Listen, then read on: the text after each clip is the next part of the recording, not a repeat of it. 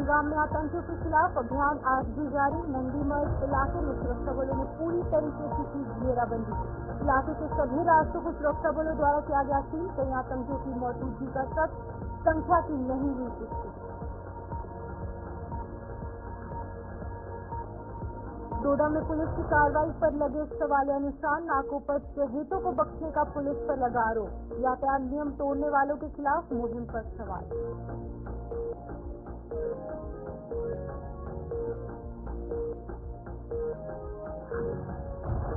वहीं बाबा जीतो देवस्थान पर लगा श्रद्धालुओं का जमावड़ा। कल शुक्रवार से वार्षिक गिरी मेले की होगी शुरुआत। मेला स्थल पर सुरक्षा व्यवस्था के हुए कड़े बंदोबस्त। डीआईजी शिव कुमार शर्मा ने सुरक्षा कर लिया जाएगा।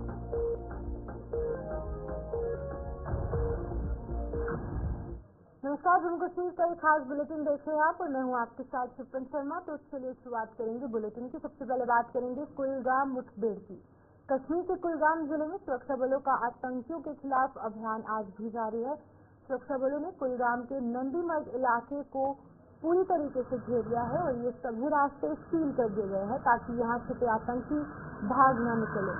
बता दें कि इलाके में कई आतंकियों के छिपे होने की आशंका जताई जा रही है। जहाँ बुधवार को आतंकियों की मौजूदगी की सूचना के आधार पर सुरक्षा बलों ने सर्च ऑपरेशन चलाया था और इसी दौरान मुठभेड़ शुरू हो गई। इलाके में मौजूद आतंकियों की संख्या के बारे में अभी तक कोई भी पुष्टि नहीं हो पाई है और सुरक्षा बलों ने इलाके में पूरी सतर्कता बरतते हुए ऑपरेशन को जारी रखा है।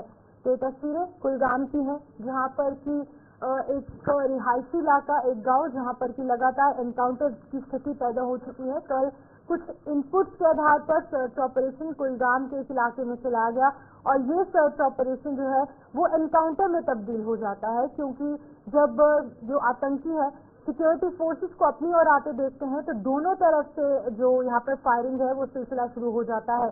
कल देर शाम को ये एनकाउंटर कहीं ना कहीं सस्पेंड किया गया था, क्योंकि रात का अंधेरे की वजह से कहीं ना कहीं ये एनकाउंटर सस्पेंड किया गया, लेकिन आज सुबह से फिर से जो एनकाउंटर की स्थिति है वहां पर देखने को मिल रही है।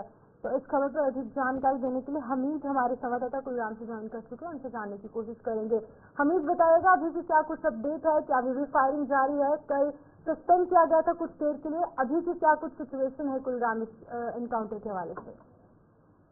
कल दोपहर के बाद जब मिलिटेंट्स की प्रेजेंस गांव में मिली थी, जो सरसनो गांव है, वहां पे जब कोई एक का मिले आनंद फानंद में उन्होंने 3 गांवों को अपने घेरे में दे दिया। सर्च ऑपरेशन शुरू हो गया। सर्च ऑपरेशन के दौरान इंसल में ही कुछ पाए हुए 10-15 मिनट तक वो गोलियों का तबादला रहा और उसके बाद दोनों तरफ के दरमियान जो बंदूक है वो पूरी तरह से खामोश हो गई और उसके बाद रात के अंधेरे को भी वहाँ पे बांटा गया और वहाँ पे लाइट इंस्टॉल कर दिए गए। ये पूरी तरह से 3 गांवों को अपने दायरे में ले लिया। उसके बाद सुबह जब गिरने पड़ते ही सर्च ऑपरेशन एक बार फिर शुरू कर दिया गया, मगर आर्मी को कोई भी कामयाबी वहाँ पे हासिल नहीं हुई। जबकि 11:30 बजे के करीब वहाँ पे कॉर्न ऑफ कर दिया गया और स्विच ऑफ कर दिया गया और पूरी तरह से गाँव को छोड़ दिया गया। वहाँ से डेवलपमेंट जो थी उसको वापस बुलाया गया। जो खारदार इंट्री एग्जिट पॉइंट पे लगाई गई थी उसको खोल दिया गया है और जो घर वाले बाहर रहे थे, जो रिश्तेदारों के यहाँ में रहे थे, जो अंदर थे, बाद पूरी तरह से उस इलाके को छोड़ दिया गया है। अभी इस इलाके की अगर हम बात करेंगे, इलाके में पूरी तरह से अमन छाया हुआ है और आर्मी ने पूरी तरह से वहाँ से कॉर्न ऑफ कर दिया है। जी हमीद, जो यहाँ पर लोग रहते हैं, क्योंकि रिहायशी इलाका है, रेजिडेंशियल एरिया है, क्या इन लोगों को घरों के अंदर रहने की हिदायत दी गई है या फिर इन गांव के जो लोग हैं उन्हें कहीं और इवैक्यूएट किया गया है, कहीं सुरक्षित जगह पर इन्हें रखा गया है? हाँ जी, ये कल दोपहर के बाद जब ये कॉर्न ऑफ हुआ तो उसके बाद जो लोग खेतों की तरफ गए थे या ड्यूटी गए थे या स्कूल गए थे या किसी और काम की घर से बाहर निकले थे, उन्हें वहीं पे कह दिया गया कि वो वहीं पे रहे, रिश्तेदारों के घर में रहे। जो स्कूली बच्चे थे उनको टीचर या जो स्टाफ है वहाँ पे उसके हवाले कर दिया गया कि वहाँ उस वक्त तक उनको अपने पास रखे जब तक यहाँ पे सर्च ऑपरेशन पूरी तरह से खत्म ना हो जाए। सर्च ऑपरेशन में कोई वादा ना पड़े या कोई परेशानी ना हो, इसलिए आर्मी ने उनको हिदायत दे दी कि जो भी घरों में है वो घरों में ही रहे, जो किसी और जगह गए हैं वो वहीं पे रहे। वहीं पे रिश्तेदारों के घर गए जाए। जो इनकाउंटर स्पॉट है वहाँ पे जो घर रह रहे थे उनको दूसरी जगह शिफ्ट कर दिया गया। ये इनकाउंटर जो है एक बाग में चल रहा था, वहीं पे मिलिटेंट ने पनाह दी थी। वो बागात लंबे है, तकरीबन 3-4 किलोमीटर तक कोई थमने वाला नाम नहीं ले रहे। वहाँ पे पेड़ पौधे है, घनी बस्ती है, घने पेड़ है। वहाँ पे मिलिटेंट को ये फायदा हुआ कि रात के अंधेरे का वो फायदा उठाने में कामयाब हुए और वहाँ पे उन्हें राय फरार अख्तियार की। और सुबह की किरणें पड़ती जब एक बार फिर सर्च ऑपरेशन शुरू कर दिया गया और आर्मी को ये लगा कि मिलिटेंट यहाँ से भाग गए और वहाँ पे 11:30 के करीब और वहाँ पे कार्नाप कर दिया गया। डिप्लॉयमेंट जोर लगी थी, वो 3-4 डेज वहाँ पे जो सिक्योरिटी बिठाई गई थी वो वापस बुलाई गई। 11:30 बजे के करीब वहाँ से पूरी तरह से कार्नाप कर दिया गया और मिलिटेंट वहाँ से भागने में कामयाब हो गए। क्या कुछ खबर है, कितने आतंकियों की छुपे होने की आशंका यहाँ पर जताई जा रही है? वहीं पर अगर हम इंटेलिजेंस एजेंसी की बात करें तो ये बताया जा रहा है कि पूरे जम्मू कश्मीर में 119 से ज्यादा एक्टिवली जो काम कर रहे हैं टेररिस्ट वो यहाँ जम्मू कश्मीर में है और ज्यादातर पाकिस्तान से है। यहाँ पर फॉरेन मिलिटेंट्स हैं। इन आतंकियों के हवाले से क्या कुछ जानकारी है? कितने आतंकी हैं और क्या ये लोकल हैं या फिर ये फॉरेन मिलिटेंट्स हैं? यहाँ पे अभी कुछ तो लोकल सोर्स से हमें जो पता चला कि दो मिलिटेंट अंदर छुपे बैठे थे। जो लोगों के जो हमें अपना सोर्स बता रहा है तो वो 2 मिलिटेंट थे। उसके बिना पर वहाँ पे आर्मी ने पूरी तरह से 2-3 गांवों को अपने तहवील में लिया था। उसके बाद जब सर्च ऑपरेशन चला, इंसल में ही कुछ फायरिंग हुई जो 15 मिनट तक के करीब वहाँ पे जारी रही। उसके बाद पूरी तरह से दोनों तरफ का और जो बंदूक है वो खामोश रही। देर तक हम भी बैठे रहे वहाँ पे, मगर कोई भी गोलियों का तबादला आपस में नहीं हुआ। कोई भी कंटैक्ट मिलिटेंट सिक्योरिटी फोर्सेस के बीच में नहीं हुआ। अभी यही बताया जा रहा है कि जंगलात की एरिया में जो रह रहे थे वहाँ पे सर्दियाँ ज्यादा बड़ी है, उस वजह से मिलिटेंट जमीनी सतह पर आ गए, बस्तियों का रुख कर रहे हैं। इस वजह से इनकाउंटर पे इनकाउंटर हो रहा है। यही नवंबर का महीना होता है, नवंबर के महीने में वो अपनी जगह को बदल देते हैं, दूसरी जगह चली जाते हैं। इसी वजह से जब वो बस्तियों में आते हैं, बस्तियों में कहीं न कहीं लोगों को खबर चलता है या आर्मी को कहीं न कहीं इनपुट मिलता है कि ऑपरेशन ज्यादा चल रही, इसलिए वहाँ पे इनकाउंटर भी ज्यादा होते हैं। यही कड़ी है कि वहाँ से जो बहुत शुक्रिया हमीद तमाम जानकारी देने के लिए। कुलगाम से हमीद हमारे संवाददाता जो है वो अपडेट कर रहे थे कुलगाम एनकाउंटर के हवाले से। अभी तक कोई भी पुष्टि नहीं की गई है कि कितने आतंकी यहाँ इस रिहायशी इलाके में छुपे हैं। आगे बढ़ चलेंगे, बात सांबा जिले की करेंगे जहाँ पर कि सांबा व्यापार मंडल ने अपना आंदोलन जो है वो अब रद्द कर दिया है। आंदोलन को स्थगित कर दिया गया है। विधायक के आश्वासन पर व्यापार मंडल ने आंदोलन रद्द किया है। बता दें कि काफी गुस्से में ये आंदोलनकारी थे और किस हवाले से थे, किस रीजन की वजह से थे। मिल्क रोड पर डिवाइडर के निर्माण जो है वो चल रहा था, जिसकी वजह से ये जो व्यापारी है काफी गुस्से में नजर आ रहे थे और लगातार इनके द्वारा कहीं न कहीं विरोध प्रदर्शन किया जा रहा था। इसके अगेंस्ट थे, इसके खिलाफ थे। लेकिन जो स्थानीय विधायक है वो मौके पर पहुंचे, इन व्यापारियों से बातचीत की गई और इन्हें आश्वासन दिया गया कि इनकी जो मांगे हैं वो पूर्ण रूप से पूरी की जाएगी। बहुत जल्द सभी मांगे हैं वो पूरी की जाएंगी। जिसके बाद ये जो डिवाइडर का काम है वो तो जारी है, लेकिन कहीं न कहीं जो यहाँ पर जो व्यापार मंडल के जो लोग हैं, सांबा व्यापार मंडल के जो अधिकारी हैं, जो काम करते हैं इस मंडल के अंदर, उन्होंने अपना आंदोलन रद्द कर दिया है क्योंकि उन्हें आश्वासन जो स्थानीय विधायक है उनकी तरफ से मिला है। तो आपको बता दें कि अब वापस पूर्ण रूप से दुकानें यहाँ पर खुल चुकी हैं, काम लगातार जारी है। लेकिन लिंक रोड पर जो डिवाइडर का काम चल रहा था, जो निर्माण कार्य चल रहा था, उस पर ये लोग गुस्साए थे, जिसके बाद से विरोध प्रदर्शन के चलते कहीं न कहीं इनके द्वारा आंदोलन शुरू किया गया। लेकिन अभी फिलहाल ये आंदोलन जो है वो सस्पेंड किया गया है, रद्द कर दिया गया है। क्या ये पूरा मामला किस तरीके से आंदोलन किया गया, क्या कुछ आश्वासन विधायक द्वारा इन लोगों को दिया गया है, इन तमाम चीजों पर जानकारी देने के लिए हमारे साथ ऋषि खजूरिया सांबा से ज्वाइन कर चुके हैं।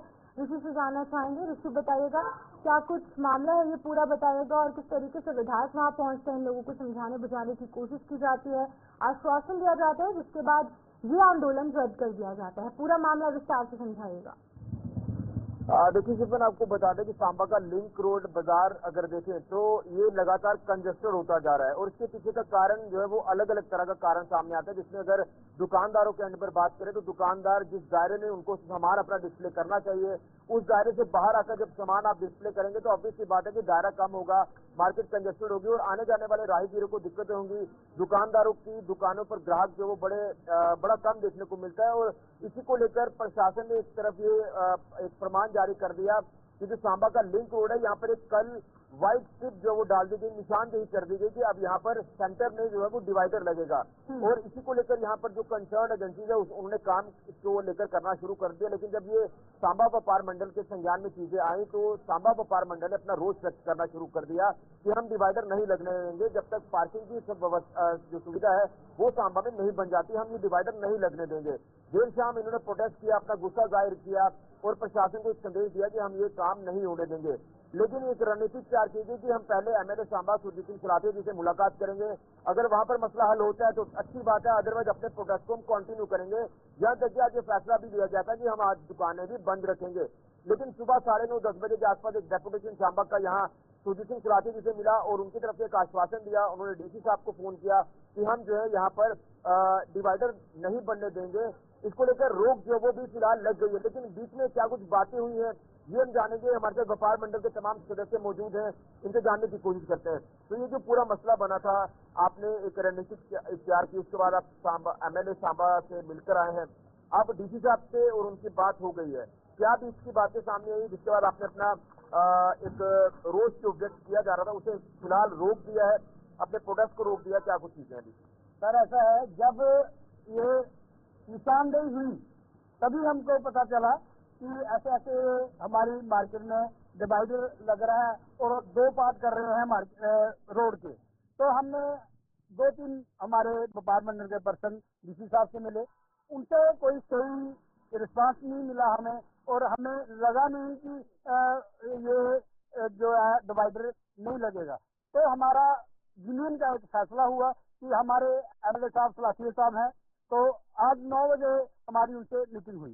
तो बहुत ही अच्छे तरीके से उन्होंने हमारी बात सुनी और उन्होंने हमारे वहाँ बैठे हुए डीसी साहब से बात की और हमारा जो मसला था ये डिवाइडर का, तो उन्होंने हमारे पूरा विश्वास दिलाया कि ये डिवाइडर जो है नहीं लगेगा और वो काम नहीं होगा जो हम पब्लिक चाहती है या व्यापारी चाहते हैं। तो डिवाइडर लगने से हमारी मार्केट में जो है बहुत ही प्रॉब्लम आनी थी, पेश कस्टमर को भी आनी थी।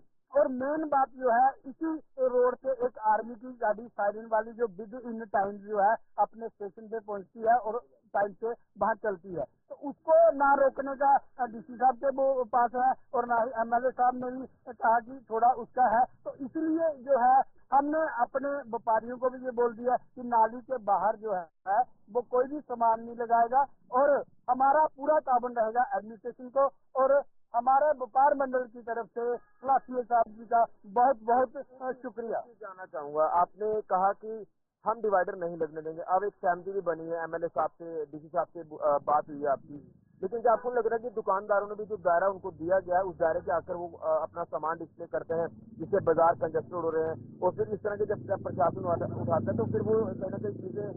सर ऐसा है, अगर 600-700 दुकान है तो हर जगह 2-4-5 बंदे ऐसे होते हैं, बड़ी बार हम खुद उनको बोलते हैं कि ये सामान जो है आप गलत लगा रहे हो तो पीछे कर लो, हमारे वहाँ होते हुए वो पीछे कर लेते हैं। दूसरे दिन जब होता है तो वो फिर वहाँ उसी जगह पे आ जाते हैं। इसके लिए ईओ साहब ने भी 2-3 बार जो है उनको मना भी किया और उनका सामान भी उठाया, लेकिन वो सामान चुराने हम जाते थे। आगे के लिए अगर कोई ऐसा हुआ या किसी का सामान जब्त हुआ या रोड पे पड़ा हुआ एडमिनिस्ट्रेशन को दिखा या कमेटी वालों को दिखा तो वो उसको उठा सकते हैं, व्यापार मंडल उसमें इंटरफेरेंस नहीं करेगा। इस चीज आपसे भी जानना चाहूंगा कि आपको लग रहा है कि वाकई में डिवाइडर का यहाँ पर बनना और ज्यादा दिक्कतें पेश होना, क्या आपको लग रहा है इसका हल एक ही है कि पार्किंग यहाँ पर अवेलेबल कहीं करा दी जाए? बिल्कुल ऋषि जी, पार्किंग बहुत जरूरी है सांबा में। सांबा डिस्ट्रिक्ट है, यहाँ पे पार्किंग की बहुत जरूरत है और पार्किंग के लिए कुछ जगह मेरे ख्याल में एमएलए साहब ने ट्रेस की हुई है, तो मुझे लगता है कि जल्दी इसका हल भी हो जाएगा। वो एमएलए साहब ने हमें आज बताया है कि मैं बड़ी जल्दी ही करने जा रहा हूँ ये, तो पार्किंग व्यवस्था काफी कुछ दिनों तक इसका हल निकलेगा।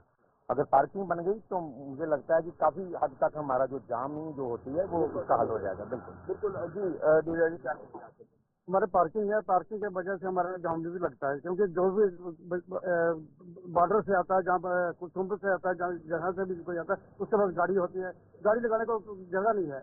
अगर पार्किंग हो जाए तो उसका जो है मसला हल हो जाएगा। यहाँ पर व्यापार मंडल का ये कहना है कि अगर यहाँ पर पार्किंग सांबा शहर में अगर अवेलेबल कराई जाती है तो हर मसला हल हो जाता है। ना ही ट्रैफिक कंजेशन यहाँ पर देखने को मिलेगी, ना ही लंबा जाम यहाँ पर देखने को मिलेगा।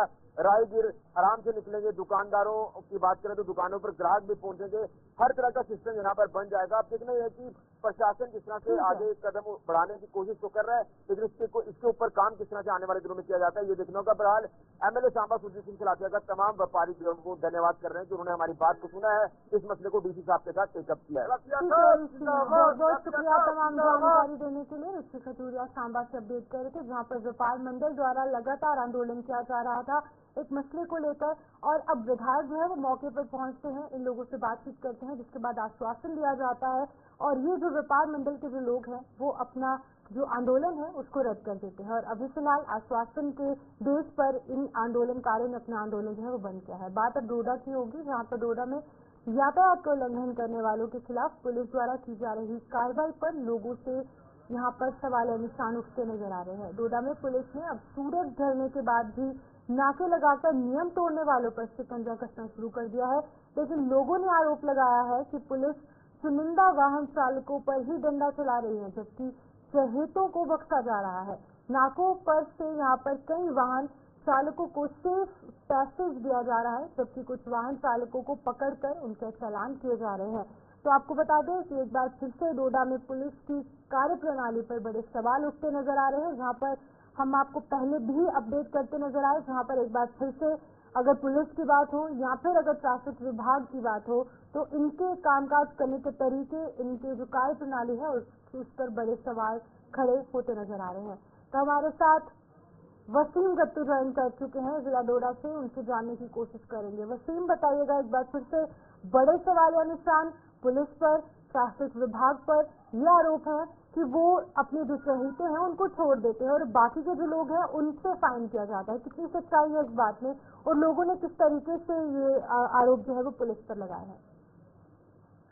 बिल्कुल, देखिए, अगर हम बात करें जिला डोडा की, यहाँ पे जो जम्मू कश्मीर पुलिस काम कर रही है, काफी अच्छा काम हो रहा है। जब से यहाँ पे एसएसपी नए आई, यहाँ डीएसपी हेडक्वार्टर अजय आनंद जी या उनकी सारी टीम है, पर कुछ आप देखेंगे जिसमें सब इंस्पेक्टर एक दो है जो इस तरह का काम कर रहे हैं। अगर हम बात करें, कल देर रात की यहाँ पे पुलिस की तरफ से एक नाका लगाया गया और शहर के अंदर अलग अलग एरियाज में जाके उन्होंने जो है गाड़ियां कुछ रखी, मगर इन तस्वीरों में आप देख सकते हैं कुछ गाड़ी वालों को रोका जा रहा है, कुछ बाइक्स वालों को रोका जा रहा है, यानी कि पिक एंड चूज किया जा रहा है और कुछ लोग वायलेशन उनके सामने कर रहे हैं, उनके ऊपर कोई भी कार्रवाई नहीं हो रही है। वहीं अगर हम लोगों की बात करें, लोगों की तरफ से सवाल काफी ज्यादा उठाए गए और पहले ये बताया गया चाहे एसएसपी हो या उनके डीएसपी हैं, उनको ये बताया गया कि पहले जो नाके लगाने वाले लोग यानी कि उनके जो सब इंस्पेक्टर हैं जो शहर के अंदर घूम रहे हैं, अलग अलग एरियाज में जा रहे हैं, वहां पे पिक एंड चूज करते हुए नजर आ रहे हैं, उनके ऊपर पहले कार्रवाई होनी चाहिए, पूछताछ होनी चाहिए। यहाँ पे तस्वीरों में आप देख सकते हैं किस तरह से कुछ गाड़ी वालों को छोड़ा जा रहा है, कुछ स्कूटी वालों को छोड़ा जा रहा है, कुछ बाइक चलाने वाले लोगों को छोड़ा जा रहा है और उनके सामने आप देख सकते हैं सारे आम लोग जो है वायलेशन करते हुए नजर आ रहे हैं और कुछ लोगों के ऊपर शिकंजा कसा जा रहा है। ये अपने आप में एक बहुत बड़ा सवाल है और दूसरी तरफ से एक अलग सी तस्वीर देखने को मिल रही है। इससे पहले कभी इस तरह की तस्वीर जिला डोडा के अंदर नहीं देखी गई थी। आज हम देख रहे हैं कि जहाँ पे पहले सवाल उठाए गए थे, आज फिर से जम्मू कश्मीर पुलिस के ऊपर जिला डोडा के अंदर सवाल उठाए जा रहे हैं। अधिकारियों तक ये बात पहुंचाई गई है लोगों द्वारा या फिर जो यहाँ पर वायलेटर्स हैं उस हवाले से क्या कुछ जानकारी है? उस हवाले से क्या जो उच्च अधिकारी हैं, यहाँ पे जो एसपी हैं, एसएसपी हैं, यहाँ पे जो डीसी हैं, उन तक ये बात पहुंचाई गई है कि किस तरीके से पिक एंड चूज पॉलिसी यहाँ पर अपनाई जा रही है? देखिए, कानून हर एक शख्स के लिए बराबर है, चाहे हम हैं, पुलिस है या और कोई शख्स है। कानून हर एक के लिए जो है एक ही जैसा होता है, मगर हमने कोशिश की थी उनसे बातचीत करने की और उन्हें बात नहीं की मीडिया के सामने। आज हम कोशिश करेंगे जो जिला के एसएसपी हैं उनसे बातचीत करने की या बाकी सारी जो अथॉरिटीज हैं उनसे बातचीत करने की हम बात करेंगे। और दूसरी तरफ से जहाँ पे सिविल सोसाइटी आम जनता सवाल उठा रही है और जिन लोगों को पिक एंड चूज करके चलान किया गया है और तस्वीरों में आप खुद देख सकते हैं एक एक गाड़ी को रोक के जो है जो जान पहचान वाले लोग हैं उनके ऊपर कोई कार्रवाई हो ही नहीं रही है और जान पहचान वाले जो लोग नहीं है उनके ऊपर कार्रवाई हो रही है। वहीं से अगर हम शहर को लेकर बात करें, कुछ ऑटो चालक हैं जिनका ये मानना है कि उनको भी हरास किया जाता है, उनके डॉक्यूमेंट सारे होते हैं, उनको भी हरास किया जाता है इस तरह से। तो मुझे उम्मीद है कि जो यहाँ की अथॉरिटीज है, चाहे डिप्टी कमिश्नर है या एसएसपी है, वो इस पर कानूनी कार्रवाई करेंगे और साथ साथ में जो बाकी सारे लोग हैं जो इस तरह का काम करते हैं, पिक एंड चूज करते हैं, उनके ऊपर भी इस तरह की कार्रवाई होनी चाहिए। जी वसीम, अब जिस तरीके से ये पॉलिसी अपनाई जा रही है पिक एंड चूज, और कुछ लोगों पर चलानी कार्रवाई की जा रही है, इसकी वजह से कहीं ना कहीं जो उल्लंघन करने वाले हैं, जो वॉयलेटर्स हैं, उनकी वजह से कोई बड़ा हादसा पेश आ सकता है, कोई बड़े सड़क हादसे, कोई दुर्घटना पेश आ सकती है, उसकी जिम्मेदारी किसकी होगी? क्योंकि जिस तरीके से पुलिस अब इन चीजों में मुलव्वस है, पुलिस इन्वॉल्व है, तो किस पर सवाल उठते नजर आएंगे और कौन इसकी जिम्मेदारी लेगा? देखिए, अगर कल का हम डाटा निकालेंगे तो ई चलानिंग भी पुलिस कर सकती है, या जो ट्रैफिक पुलिस है उनसे रास्ते में रह के ई चलानिंग उन लोगों पे हो सकती है। अब देखना होगा कि क्या ई चलानिंग कल देर रात हुई है, उनके ऊपर कार्रवाई की गई है। और बहुत सारे शहर के अंदर आप देखेंगे स्टंटबाजी होती है, मगर आप देखेंगे कुछ जगहों पे जाके फोटो सेशन के लिए यह काम किया जाता है। जिन जगहों से कंप्लेंट आ रही है, स्टंटबाजी होती है, वायलेंस काफी ज्यादा होती है, उन जगहों पे आप देखेंगे वहां पुलिस पहुंचती ही नहीं है। तो ये इन्वेस्टिगेशन का मैटर है, पुलिस इस पे खंगालेगी, जो एडमिनिस्ट्रेशन है उस चीज को खंगालेगी।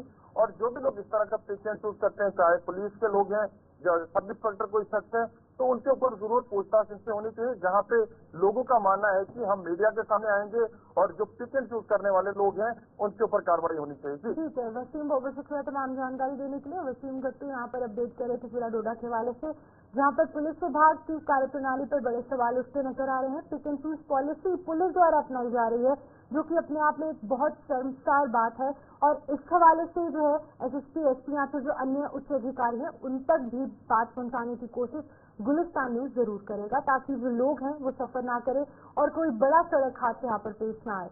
आगे बढ़ चलेंगे। यहाँ पर सड़क हादसों के लिए मशहूर जिला डोडा में कई सड़कों की हालत में सुधार नहीं हो पा रहा है।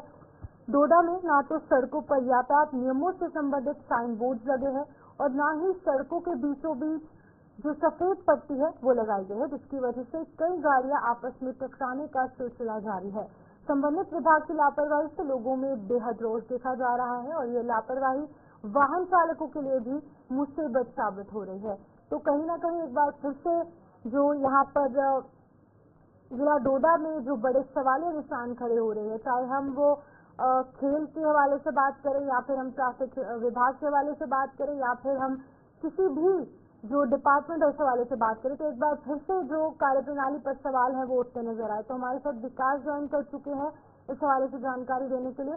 विकास से जानने की कोशिश करेंगे। विकास, बताइएगा एक बार फिर से कहीं ना कहीं बड़े सवालिया निशान खड़े हो रहे हैं अलग अलग विभागों पर डोडा में, अब इस हवाले से क्या कुछ जानकारी है आपके पास? जी शिपाने, ये एक कारण ये भी है एक्सीडेंट होने का, क्योंकि देखिए जहाँ पर भी सड़कें होती है वहाँ पर इस तरह का मार्क जरूर होना चाहिए, चाहे फिर व्हाइट लाइनिंग हो या फिर डबल रोड हो, यानी जहाँ पर सिंगल रोड हो या डबल रोड हो वहाँ पर इस तरह के साइन बोर्ड या फिर सड़कों के बीच पर कोई लाइनिंग हो, जहाँ से लोगों को जब गाड़ी चलाएं तो उनको पता हो कि यहाँ से हमने बाहर नहीं निकलना है, यहाँ से इस साइड से चलना है। तो ऐसे में इस तरह की भी वायलेशन होती है और यहाँ का डिपार्टमेंट, चाहे ट्रैफिक विभाग हो या फिर आरटीओ हो या फिर यहाँ की एडमिनिस्ट्रेशन हो, इन तमाम लोगों को देखना चाहिए कि कम से कम हमारी जितनी भी सड़कें लिंक रोड हो या फिर हाईवे वाली जगह हो या फिर जहाँ पर स्पीड ब्रेकर बनाकर रखे हैं वहाँ पर किसी तरह का भी कोई मार्क लगाकर नहीं रखा है, जिसके कारण लोगों को काफी दिक्कत आती है और कहीं ना कहीं ध्यान भी बढ़। लेकिन विकास, अगर हम बात करें पुलिस की या ट्रैफिक विभाग की, जिस तरीके से उनकी कार्यप्रणाली पर सवाल उठे हैं, अगर वो सही ढंग से काम नहीं कर रहे, कहीं ना कहीं जो सिविल सोसाइटी के लोग हैं, जो सिविलियंस है, जो आम जनता है, उनकी भी जिम्मेदारी बनती है कि वो सभी ट्रैफिक रूल्स का उल्लंघन ना करें, उनको वायलेट ना करें और सबको फॉलो करें, ताकि कोई बड़ी लापरवाही निकलकर सामने ना आए, कोई सड़क हादसा पेश ना हो। देखिए डोडा डिस्ट्रिक्ट ऐसा डिस्ट्रिक्ट है जहाँ पर लगातार हादसे होते हैं, यानी बिल्कुल चढ़ावेली में, जहाँ पर लगातार कई लोग जो है काफी अपनी जानें गंवा देते हैं, कई लोग जो है जख्मी हो जाते हैं। और देखिए जहाँ पर जो सड़कें बनाई गई हैं जिसपे ब्लैक टॉप हुआ है, उस पे ब्लैक टॉप के ऊपर एक व्हाइट लाइन लगाना जरूरी है, जिससे यानी एक रेगुलेशन, रूल एंड रेगुलेशन जो है पूरा बनता है कि गाड़ी किस तरह से चलानी है और किस तरह से रहना है। ड्राइवर भी ध्यान रखेंगे और ऐसे में चाहे हर कोई आज गाड़ी चलाता है, चाहे 2 पहिया वाहन हो या फिर किसी के पास अपनी पर्सनल गाड़ी हो, इस तरह से ध्यान कहीं भी नहीं भटकेगा। और चाहे डोडा की जितनी सड़कें हो, डोडा के अंदर इस तरह से कोई भी व्हाइट लाइनिंग या इस तरह से कोई साइन बोर्ड जो है देखने को नहीं ठीक मिलता है। विकास या बहुत फिर बहुत शुक्रिया तमाम जानकारी देने के लिए। विकास मना जोर से अपडेट करे थे, जहां पर कि पहले हमने देखा पिक एंड चूज पॉलिसी अपनाई जा रही है और वहीं पर अब दूसरी तरफ कहीं ना कहीं रोड्स तो बने हैं लेकिन इन रोड्स के बीच में डायवर्जन नहीं दिया गया, जिसकी वजह से वाहन चालकों को दिक्कतें पेश आ रही है। तो चलिए फिलहाल के लिए इस बुलेटिन में इतना ही। मुझे दीजिए इजाजत और आप बने रहिए गुलिस्तान न्यूज़ के साथ।